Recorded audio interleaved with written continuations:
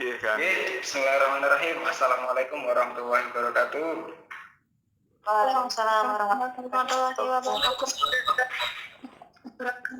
Waalaikumsalam warahmatullahi wabarakatuh. Bismillahirrahmanirrahim. Bismillahirrahmanirrahim. Alhamdulillahirabbil alamin. Alhamdulillahirabbil alamin. Summa alhamdulillahirabbil alamin. Wa bihi nasta'inu ala umri dunya waddin. Wassalatu wassalamu ala asrafil anbiya'i wal mursalin wa ala alihi wa sahbihi ajma'in, amma ba'd. Allahu ta'ala fil kitabil karim. A'udzu billahi minasyaitonir rajim. Bismillahirrahmanirrahim. Ya ayyuhalladzina amanu kutiba 'alaikumus syiyamu kama kutiba 'alal ladzina min qablikum la'allakum tattaqun. Qala Rasulullah sallallahu fi hadis man shoma ramadhana imanan wa ihtisaban ghufira lahu ma taqaddama min dzambih. Alhamdulillahirabbil alamin. Alhamdulillahirabbil alamin. Tidak ada rasa syukur alhamdulillah yang harus kita curahkan kepada Allah Subhanahu wa taala, di mana pada kali ini kita diberikan kesempatan untuk bisa muwajah ya. Meskipun saya tidak tahu ada yang nggak nyalain kamera itu sudah mandi apa belum, jadi ini muwajah gitu. Alhamdulillah, saya harap semua dalam keadaan baik. Kenapa kita harus bersyukur? Karena pada saat ini kita adalah umat muslim yang masih diberikan kesempatan oleh Allah Subhanahu wa taala untuk menjalankan salah satu dari rukun Islam, yaitu puasa Ramadan. Di mana Ramadan ini adalah bulan yang bulan berlimpah berkah, berlimpah pahala, di mana awal mula Ramadan itu adalah minggu-minggu yang diberikan oleh rahmat oleh Allah Subhanahu wa taala. Pertengahannya kita diberikan maghfirah atau ampunan, sedangkan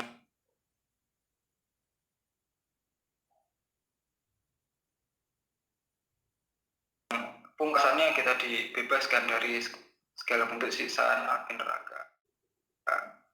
Salawat serta salam marilah kita haturkan kepada junjungan kita Nabi besar, Nabi agung, Nabi Muhammad sallallahu alaihi wasallam. Allahumma sholli alaihi, yang telah memberikan kita bimbingan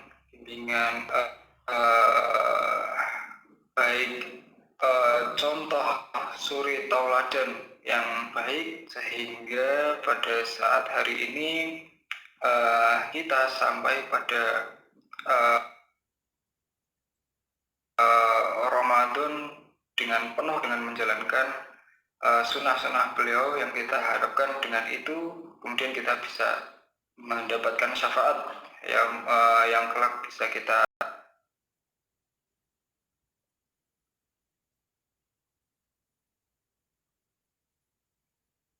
di yaumul akhir. Allahumma amin. Ya, mungkin tambah semua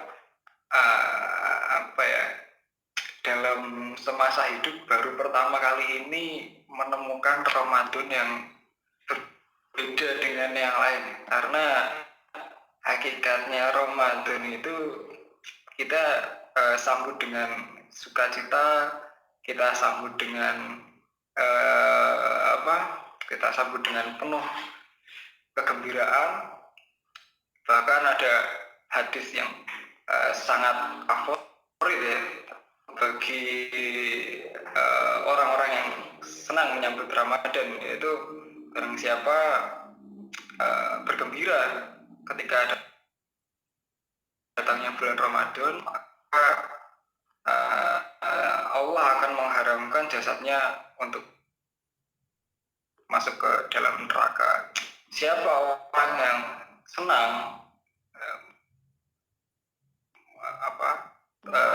terhadap datangnya bulan Ramadan, yaitu orang-orang yang mengharapkan mansoma Ramadanan imanan wa ihtisaban ghufira lahu ma taqaddama min dzambi. Barang siapa yang bersungguh-sungguh dengan iman dengan mengharapkan pahala, dengan yakin mengharap keberkahan bulan Ramadan, maka akan diampuni segala dosa-dosa. Tapi sekarang banyak yang sering dipleset. Nah, jadi sapa wonge kok sing seneng datangnya bulan Ramadan, maka haram jasadnya dimasukkan neraka. Berarti ya tukang cendol, tukang dawet, tukang mercon. Itu ada yang bilang orang yang paling tidak orang yang paling mengharap-harapkan bulan puasa karena mereka senang dagangannya laris ya, bukan itu ya, tapi ya karena syaratnya harus dengan iman dan takwa untuk menjalankan ibadah puasa bulan Ramadan. Bahkan ada salah satu hadis yang ngetren ini bagi kaum rebahan ini, seperti saat ini kita berpuasa dengan kondisi yang penuh dengan dilema, yaitu anaumu siami ibadah. Itu paling top, itu paling ngetren, paling sing diapal-apali arek-arek ya iki. Tidurnya orang yang berpuasa itu bernilai ibadah. Ya benar, turu itu ibadah. Tapi ternyata enggak cuma tidur saja ibadahnya. Ini dalilnya itu biasanya digunakan oleh kaum rebahan untuk puasa nggak ngapa-ngapain, tidur seharian. Tapi hakikatnya bukan itu. Itu hadisnya baru sepotong. Kalau dilanjutkan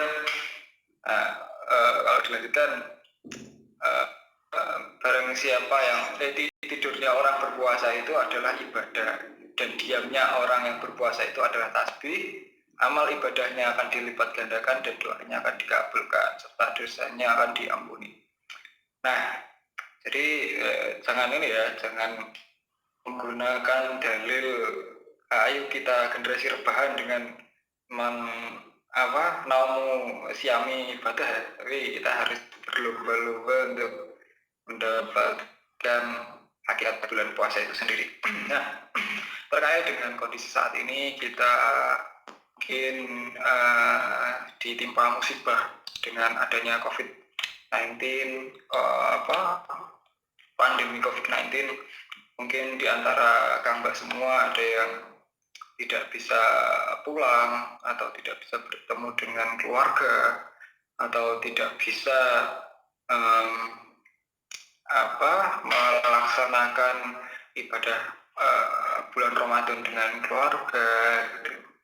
Di sangat banyak sekali dilema atau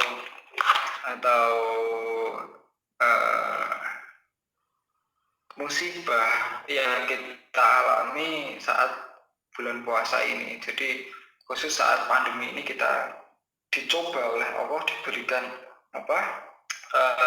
ujian, yaitu berupa wabah corona. Nah, kalian harus ingat bahwasanya di setiap musibah itu pasti harus ada bagaimana kita untuk mensikapi musibah tersebut. Apakah kita harus pasrah ataupun kita harus menerima dengan keadaan gitu. Seperti itu hakikatnya. Karena Allah Subhanahu wa taala berfirman dalam surat Al-Baqarah, a'udzubillahi minasyaitonir rajim, bismillahirrahmanirrahim. Walan nabluwanakum minal khawfi waj'in wa naqsim minal amwali wal anfusi was samarat wa basyiris sabirin. Nah, mungkin ya ini juga ayat populer ya. Jadi Allah itu menguji setiap manusia itu dengan minal khawfi waj'in, itu dengan rasa ketakutan. Ya. Terus selanjutnya, cara kita bagaimana untuk mensikapi musibah yang diberikan oleh Allah tadi. Kita juga harus tadi musibah, setelah musibah itu kita harus musabah atau kita harus berintrospeksi diri. Kita itu harus ujian ini harus kita sikapi seperti apa, sehingga manusia itu diciptakan di bumi itu sebagai khalifah. Khalifatul fil ard seharusnya memiliki sikap-sikap dalam menghadapi adanya musibah. Kalau Allah Subhanahu wa taala berfirman, Adharul fasadu fil bari wal bahri bima kasabat aidinas. Nah, sebenarnya kita telisik awal mula, apapun setiap bencana itu pasti diakibatkan oleh manusia. Karena itu sudah hak ada di dalam Al-Quran. Ketika ada sebuah nampak kerusakan di darat, fil bari, di darat, wal bahri, bima kasabat aidinas, itu pasti diakibatkan oleh perbuatan manusia.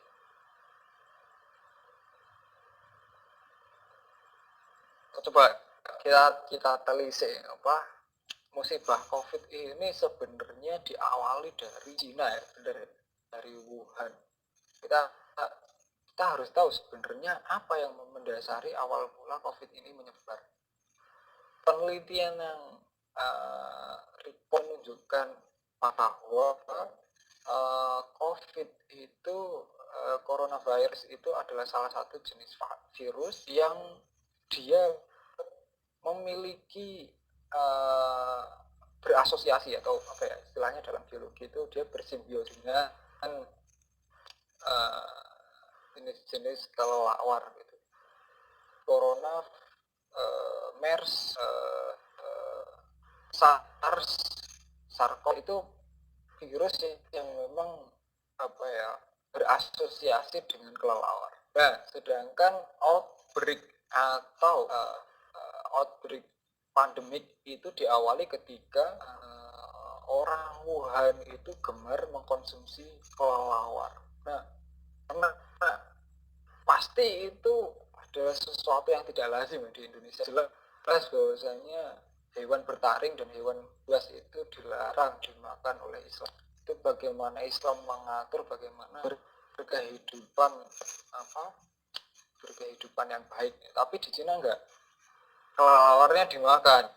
Jelas itu bukan makanan manusia gitu, sebagai predator di alam. Nah, itu yang menyebabkan kalau kita telisik gitu, wabah ini adalah berasal dari perut orang-orang yang berlebihan. Ya, manusia yang berlebihan dalam memakan segala sesuatu, manusia yang berlebihan dalam memberikan mengontrol nafsu dari perut manusia orang yang dolim tadi itu memberikan musibah bagi seluruh dunia, yaitu dengan cara COVID tadi menyebar. Jadi seperti itu. Kita harus bisa musabahah atau berintrospeksi diri bagaimana bencana ini terjadi. Nah, kemarin saya diskusi unik sama profesor saya itu tentang skema bumi gitu. Jadi kalau banyak orang yang update status bilangnya semoga bumi cepat sembuh gitu. Kalau menurut saya itu malah justru bumi mengharapkan yang seperti ini justru bumi itu lagi senang karena di mana bumi itu bisa menambah jumlah es pada kutub. Kalau tidak dalam kondisi seperti di mana lapisan ozon bumi itu meningkat, kualitasnya menjadi lebih baik, polusi udara berkurang, polusi yang masuk ke dalam perairan ataupun laut itu juga berkurang. Nah, ini justru bumi itu sekarang dalam keadaan yang senang. Nah, apa jangan-jangan ini adalah mekanisme dari bumi untuk mengalami resiliensi. Mungkin kalau teman-teman dari biologi ataupun kedokteran tahu daya resilien. Bahasa Indonesianya itu daya lentih. Itu adalah kemampuan dari suatu kondisi. Kemampuan itu digunakan untuk menseimbangkan, menstabilkan kondisi. Jadi mungkin ini adalah salah satu cara bumi mengeluarkan COVID untuk mengontrol populasi manusia-manusia yang serakah gitu. Ini sebagai caranya Allah untuk mengingatkan manusia bahwa kerusakan di laut dan di darat itu diakibatkan oleh manusia. Kalau kita nggak bermusabahah atau mengambil ibroh atau kisah dari pandemi ini, kita akan menjadi orang-orang yang rugi. Nah, terus apa sih goalnya dari orang yang mendapatkan musibah? Nah, ketika kita bisa lulus dari ujian ini, kita menerapkan social distancing, physical distancing, karantina mandiri, PSBB, kita manut, kita usaha kita, ikhtiar kita dalam memerangi COVID ini, kita akan kebaikan. Man yuridullahu bihi khairan yutibhu minhu. Yusib minhu. Jadi barang siapa Allah mendaki kepadanya itu kebaikan, maka Allah akan turunkan cobaan terlebih dahulu. Nah, musibah itu adalah salah satu cara untuk meningkatkan derajat kita ketika kita mau berzikir dan mengingat kepada Allah. Nah, ketika kita bisa mahabbah atau diberikan rasa setelah kita musabahah, kita introspeksi diri, kita mendekatkan diri kepada Allah, dan Allah menumbuhkan rasa mahabbah atau kecintaan kita harus kembali. Kamu tuh tak ingatkan pakai COVID, kamu harus kembali kembali sholatmu diperbaiki, puasamu diperbaiki, amalanmu ditingkatkan. Kalau kita bisa lulus dari ujian kita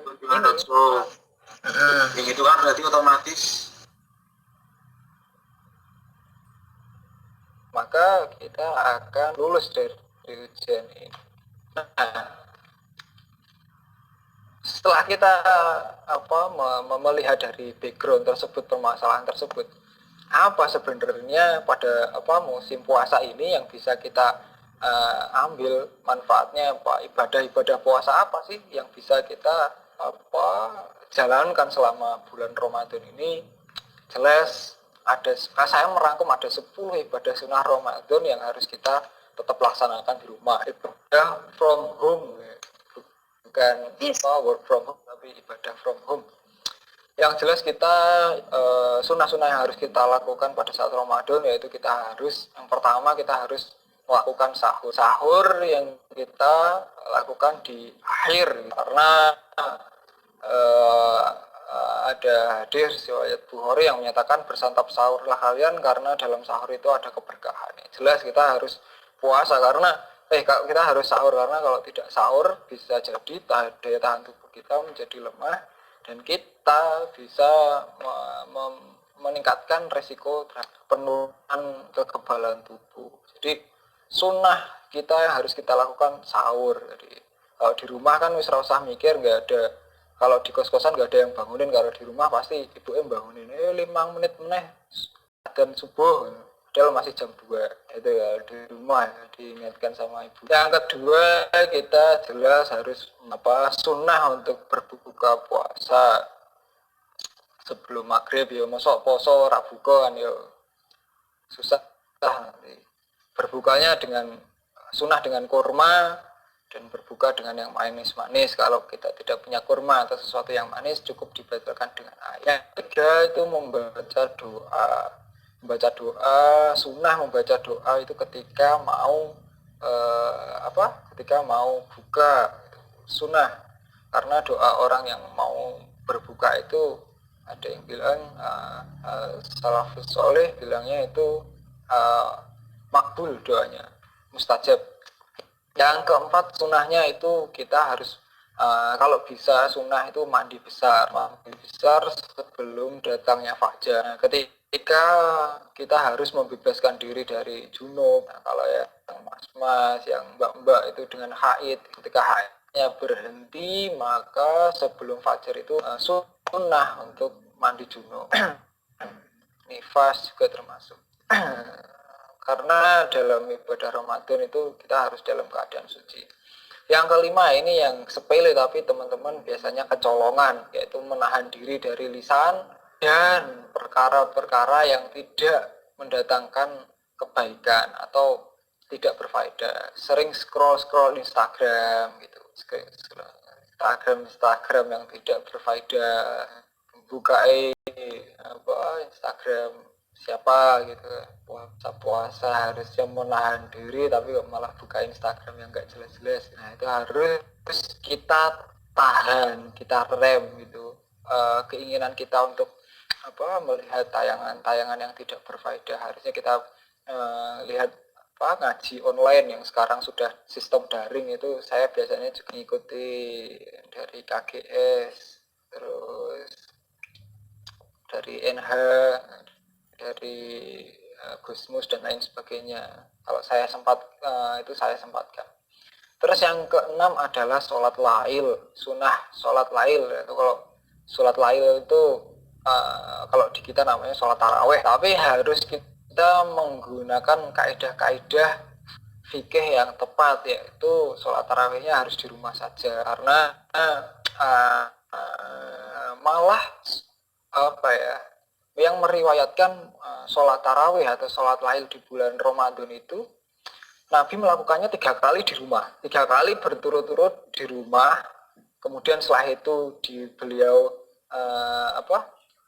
3 kali berturut-turut itu di masjid, dan setelah itu melaksanakan di rumah seterusnya. Nah, jadi lebih banyak di rumah Nabi itu melakukan sholat tarawih. Nah, kemudian pada zaman Khulafaur Rasyidin itu kemudian dihimpun untuk sholat di masjid.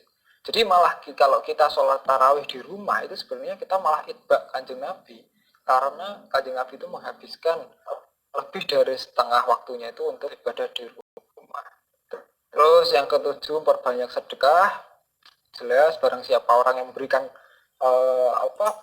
sedekah berbuka, maka akan mendapatkan pahala orang yang berpuasa, mengurangi ganjarannya sedikit pun. Terus kedelapan, iktikaf di masjid itu sunnah, tapi jika kondisinya seperti ini kita bisa melakukannya di siang hari yang jauh dari keramaian gitu. Boleh kita iktikaf di masjid, tapi harus menerapkan norma-norma protokol kesehatan. Yang kesembilan, kita bikin target sunnah, karena menghatamkan Al-Quran di bulan Ramadan itu sunnah. Bikin target Ramadan ini harus khatam 4 kali, bisa sehari 4 juz bisa. Soalnya kan biasanya kan di kampus banyak tugas, nah sekarang di rumah biasanya target Qurannya ditingkatkan. Terus yang ke-10, sunahnya adalah istiqomah, karena goals dari puasa Ramadan itu adalah lalakum tatakun. Goalnya adalah agar kamu semua menjadi orang-orang yang bertakwa. Jadi orang yang bertakwa itu derajat keimanannya terus bertambah. Kita dipancing untuk berpuasa ini di bulan Ramadan, apakah kita bisa bertakwa, meningkatkan tingkat keimanan kita dengan istiqomah menjalankan amaliyah bulan Ramadan ini di bulan-bulan seterusnya. Sebenarnya goalsnya bulan Ramadan itu menjadikan kita sebagai golongan orang-orang yang bertakwa dengan cara meningkatkan amaliyah kita selain di bulan Ramadan. Nah, mungkin itu sedikit kultum ya, karena ini tidak 7 menit ya, karena banyak tadi ditambah trouble dan lain sebagainya. Monggo untuk Mas Mbak tadi mau bertanya atau mau persiapan buka, ya monggo, kalau ada yang bisa saya jawab. Kita istilahnya belajar bersama, kita sharing bersama bagaimana menyikapi bulan puasa di saat pandemi seperti ini. Saya sampaikan lagi kepada MC tadi, moderator.